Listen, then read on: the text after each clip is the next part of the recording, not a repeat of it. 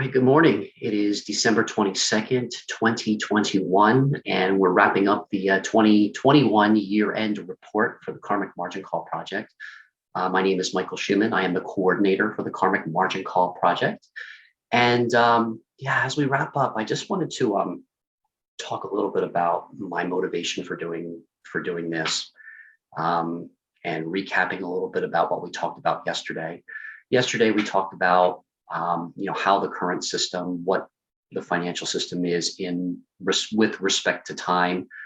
Some of the observations might seem a little eccentric, but we've looked at, what is an hour really worth? And that time really is an asset. It's just not our asset. It's an asset we really give away to, our governments and our corporations, and to the bureaucracies that run them. So today we're going to talk a little bit about, what do we actually do about that? So the Karmic Margin Call Project is really just an intention to start a new conversation around stewardship. And what do I mean by stewardship? What does it mean to you? Stewardship, as I looked into the word and what the word meant, it was really about protecting that which is worth protecting. So the Karmic Margin Call Project's mission statement is that we help good people leverage their time and talent in an effort to save no less than 9 million lives a year. Now that's ambitious. I picked that number because that's how many people die of starvation every year. Most of them are children. And it's probably more than that per year. So my measure of success is not by how much money we generate or, how much money is accrued. It's about how many lives do we save. I would like to keep an eye on that number, on how many die of starvation every year. And I would like to see that decrease, because poverty and war, starvation, all of it, it's just not logically necessary anymore. And today I'm going to go into a little bit about reverse market mechanics. And I'm going to go slow again so that, it makes a little bit more sense, because I understand there is an aversion to this kind of information, because it's almost like it's an insult to the ego. Because if we look deep inside ourselves and we see that, everybody has value and we really all have something to give and something to offer to this world. To see that in another sometimes is very much an insult to the ego. So the steward, or in the pursuit of stewardship, it's not about how many millions or billions, we could make. It's about how do we bring everybody up, to that equality, being seen as equal. And we do that by changing the accounting system that's already in place, by changing how we account for our time and honoring everybody's time. So that's what that's what stewardship means to me. So as you can see, I'm just doing this from my kitchen every morning. I'm not dressing up. I'm not trying to put on a presentation. I do have some slides here. It's just really just trying to be honest and talk about what really matters. And that's my invitation to you as we conclude, this report. So I want to go back yesterday to one of our final slides, which is, there are 5 quadrillion hours of what I call social capital available. There's not a value really assigned to that by us. I mean, under sovereign rule or under natural law, we have not dictated the value of that hour together. So we have compiled a $300 trillion global debt, give or take another 100 trillion if you want to include the GDP on that. And there's debates as to whether or not that's accurate. The global debt, which is skyrocketing and continues to skyrocket. There's a lot of people who believe that could be more. That it has not been honestly disclosed how much we are in debt. I highly recommend the work of Catherine Austin Fitts if you would like to do a little bit more of a deeper dive into that. So what we've concluded is that our hour is really only worth 0.059 of a dollar, which is 6 cents an hour. So, that's what we're worth. That's what we're worth. That's it. That's all our hour is worth. And it's not even worth to us. We're giving that away. But there's power. There's a lot of power in being able to see this clearly, because now we can be consciously more in control of what we do with that hour. So this is not a call to some big action or some big activism, because the more we play big, the more we're trying to influence millions of people or attract millions of dollars or go big. We're playing into the system. So there's power now in the small, really looking at how do we change the value of that hour one-on-one or in small groups. That's why I say there's power in small groups, because that's where the shifts happen, the changes happen. Politics, government, business, things move very slow there. They give they give a performance that things are moving fast, but they move very slow. So I want to look at that hour, that 1 hour, you've spent, if you've watched this entire presentation, you'll be spending 2 hours with me.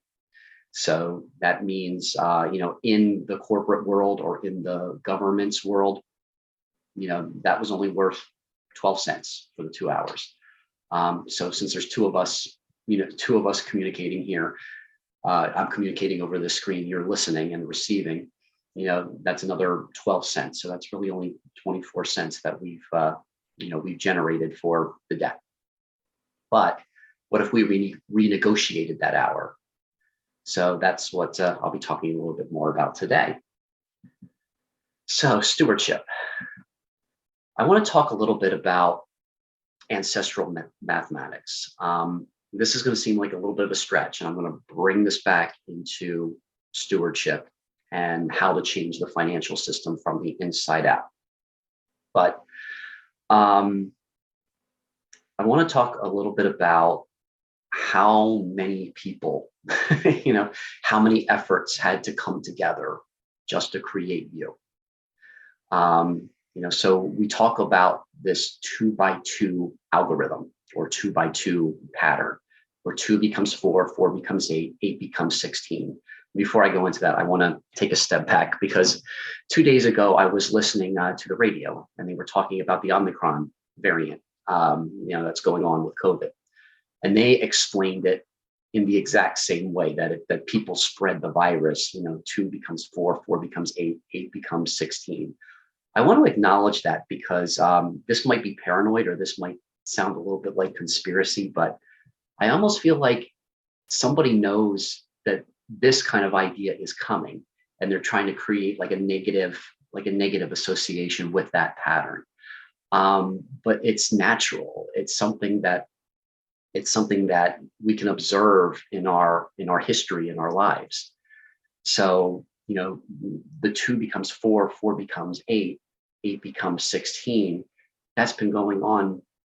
That is how we propagated our species. So I want to read this quick. I found this on Facebook, and I'm not sure who to credit for this, but this is really brilliant. Ancestral mathematics. So in order to be born, you needed 2 parents, 4 grandparents, 8 great-grandparents, 16 second, 32 third, 64 fourth, 128 fifth, 256 sixth, 512 seventh, 1024 eighth, and 2048 ninth great-grandparents. For you to be born today from 12 previous generations, you needed a total of 4,094 ancestors over the last 400 years.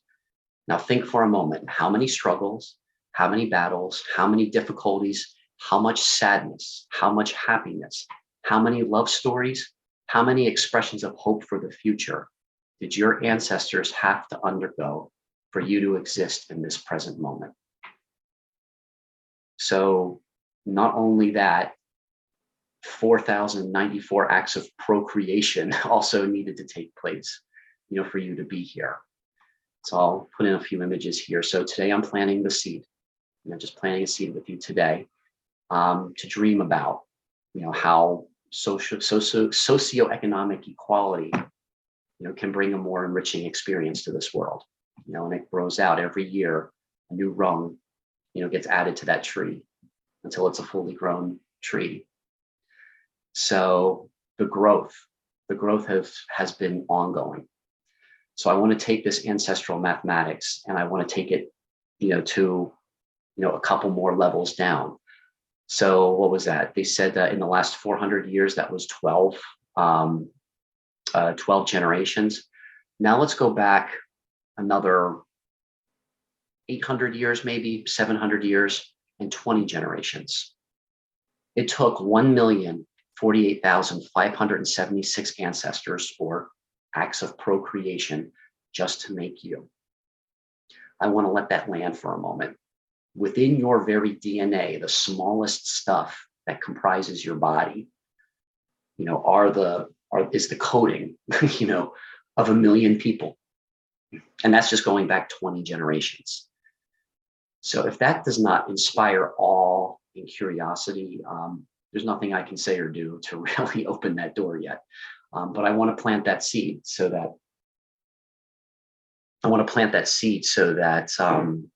that wonder, that curiosity continues to be explored, because that's what we're really doing. It's not about convincing people that this is the right way or this is the only way. There's many ways. There's 8 billion different ways. It's how do we bring them together to make some more sense and to create a little more cohesion and hopefully, a little bit more meaning and purpose, in our lives. So I want to take that analogy, a step further now. You go down, to the smallest stuff of our bodies, our cells.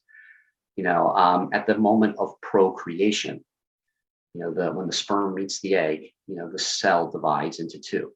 2 becomes 4. 4 becomes 8. 8 becomes 16. Until a full human body is comprised of 37.2 trillion cells at one time. And that's not saying all the cells that die and become rebirthed and regenerated throughout the lifespan. Again, out of one cell comes 37.2 trillion cells. Nature is amazing. Nature is already amazing. And this is happening in everybody. This is a natural occurrence. So my question is, how do we make this natural occurrence? How do we transfer it into a psychological understanding? And that's all that's needed. That's all that's needed to change our financial system and to change our fate, so to speak, the planet's fate. So what I am proposing, this is the invitation. Okay, so we've looked at the numbers. My conclusion is that our hour is only worth 6 cents a minute. Time is an asset. It's just not our asset. How do we make it our personal asset now? And that the financial system is just a psychological and social construct that we can reimagine. So how do we reimagine it? Well, my invitation is, what would happen if we just changed the value of that hour and started, small steps, little by little, accumulating capital, accumulating monetary worth based on that hour, so that we raise the value of that hour for everybody. And again, this is not about being rich. This is not about, holding an advantage over anybody else. This is about, how do we just share this so that everybody benefits from it and that it changes the psychological and social dynamics. So we spend an hour together, one-on-one. That's 2 people. Because one person is giving the service, one person is receiving the service. So that's 1 hour. So it's really 2 hours when you think about it, because time is also a psychological experience. 2 people are experiencing 1 hour go by. So 2 hours have been taken away from this system that is extracting from us, which depends upon our obedience and our compliance. And now we're just taking an hour to discuss it, to appreciate it, maybe even appreciate it, and appreciate what gifts we give to each other. So there's 2 people involved there and 2 hours. So what if the seed that I'm planting today starts to grow and people start to understand that it's really just about participating and facilitating? Okay, so now both people go forward, and they spend another 2 hours with another 2 people. This is not one person doing all the work. Now there's 2 people doing the work. So now there's 2 hours that have been invested, and there's 4 people involved. Or you may say there's 2 people who's been involved, and there's now 4 hours invested. It doesn't matter because it's a psychological experience. People are experiencing 1 hour of time. Okay, so now what if those 4 people go forward? They've already participated. Now they're facilitating conversations in appreciation, in possibility, in invitation, in dissent, in dissension, in responsibility, and in commitment, in service.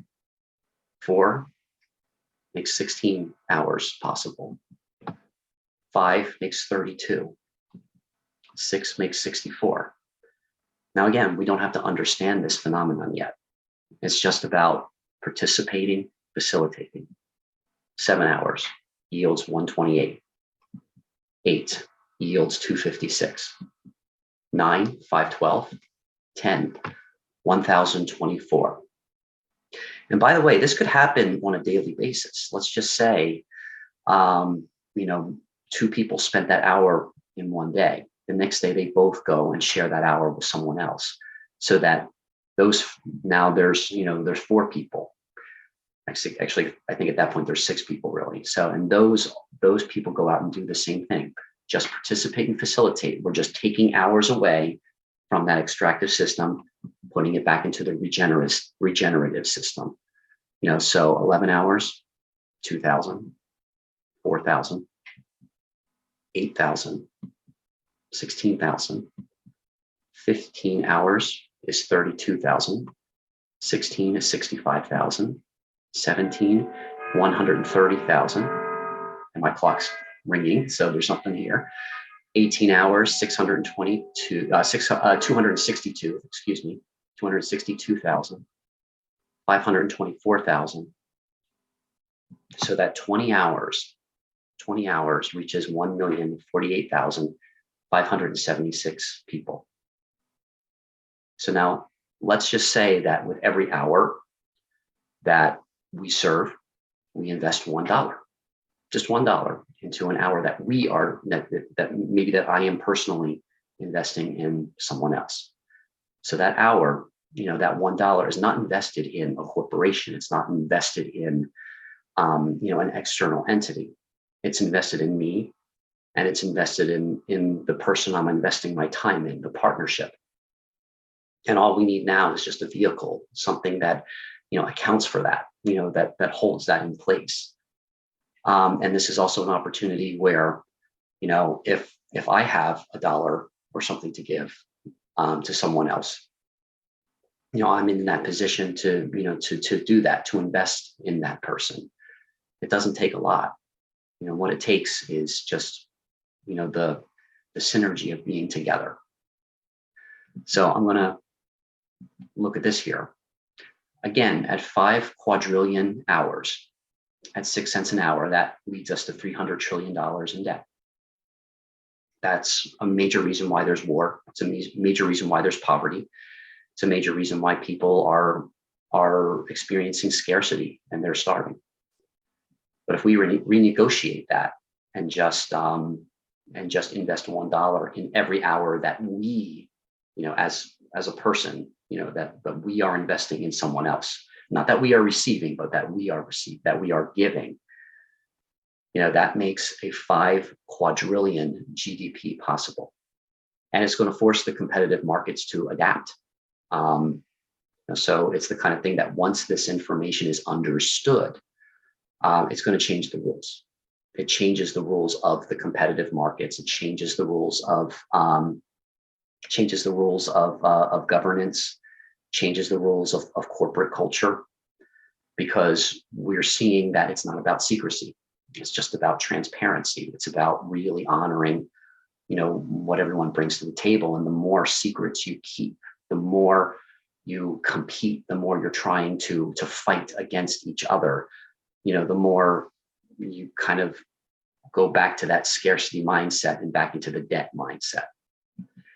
So the average income per person would be $632,880, which is basically $1 per 1 hour of life. And that's a base income. And there's flow, so there's flow. Obviously, you pay for services you need that you still need in the competitive economy, and, depending on how many hours you spend in this kind of economy or in the competitive economy, there's a greater flow there. So as this flows and as time is being recognized as an asset and people are educating themselves, maybe even accepting this invitation that maybe the hour should be worth, $1, you start to see things start to find balance. And of course, there's always going to be people who don't like balance, who hate balance. They're going to want to upset the apple cart. But but it's the kind of thing where you start to understand that as balance comes, there's going to be things that are worth more than money: social capital, time, the way we treat each other, the values that we explore in relationships. That is going to be kind of like the benchmark of what we evaluate, in our lives and with each other as this starts to even out and find balance. So to make a 1 quadrillion GDP, to make a 1 quadrillion GDP possible is just 1 in 5 people participating. So participating in a time banking system like that would make 1 quadrillion possible, probably in about 70, 72 years, maybe less. It depends on how quickly we evolve. Our understanding evolves, our emotional understanding evolves. So it just takes 1 in 5 people, to participate. And again, I understand this is really heady stuff. This is stuff that is very difficult to grasp within 2 hours. I get that. But this whole thing is about experience, walking the path instead of just knowing the path, to quote the Matrix there. And it's just taking something that's already naturally occurring. Our cells divide, creates trillions of cells. Our ancestors had acts of procreation, and we have, 1 million ancestors going back 20 generations. This is something that happens naturally. How do we take that natural occurrence and make it into a psychological, bring it into our psychological paradigm to change the financial system? So I think I got that. Yeah. So the only thing that we're doing differently is just observing how valuable our time is. Because, without those 5 quadrillion hours, $300 trillion debt system would not exist. It depends on us investing, those quadrillions of hours into that system. And it doesn't matter if you're working. It doesn't matter if you're sleeping. It doesn't matter if you're playing, having fun. It doesn't matter if you're spending time with family or spending time with strangers. That hour, that time has more value than we've been led to believe. And my invitation is just to have the deeper conversation. What's it going to take to be able to track this information, to track how we're spending the time, and then start creating a new accounting system to, evenly distribute, the natural resources, to evenly distribute, our inheritance, as human beings. So, so that's my mission for this year. Is this past year, 2021, I have just been focused on creating the vehicle, creating the space for fellowship culture, inquiry clusters as well.